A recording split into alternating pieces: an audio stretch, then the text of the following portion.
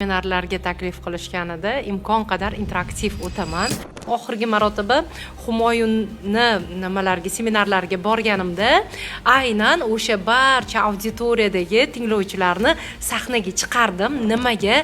Chunki kechki payt edi dars, 6 dan keyin.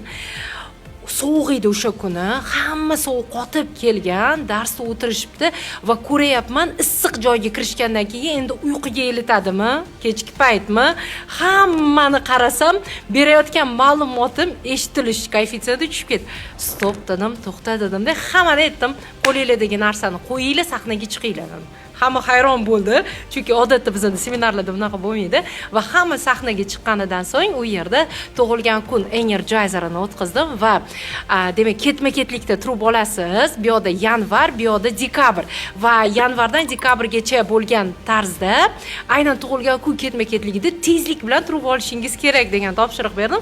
Faqat buni sal qiyinlashtirdim. Umuman gaplashish mumkin emas dedim. Va shunaqa bo'ldiki, imo-ishoralar bilan ha-ha hi-hi qilib ular ketma-ketlikda turib olishdi va mana shu auditoriyani keyin tug'ilgan kunlarini so'rab chiqdim. Ular ketma-ket aytib berishdi. Eng zo'ri nima bo'ldi? Mana shu dars yakunida aytishdiki, biz bu jamoa bilan deyarli 1 oydan beri o'qiyotgan edik, lekin bugun bir-birimiz bilan yana ham chuqurroq tanishib oldik. O'sha networking bo'lishiga juda ham katta sabab bo'ldi. Bir-birimiz bilan yaqin bo'lib oldik deb aytishdi. Energizerlarning o'ziga xosligi uxlab qolayotgan auditoriyani uyg'otib olishga juda katta yordam beradi.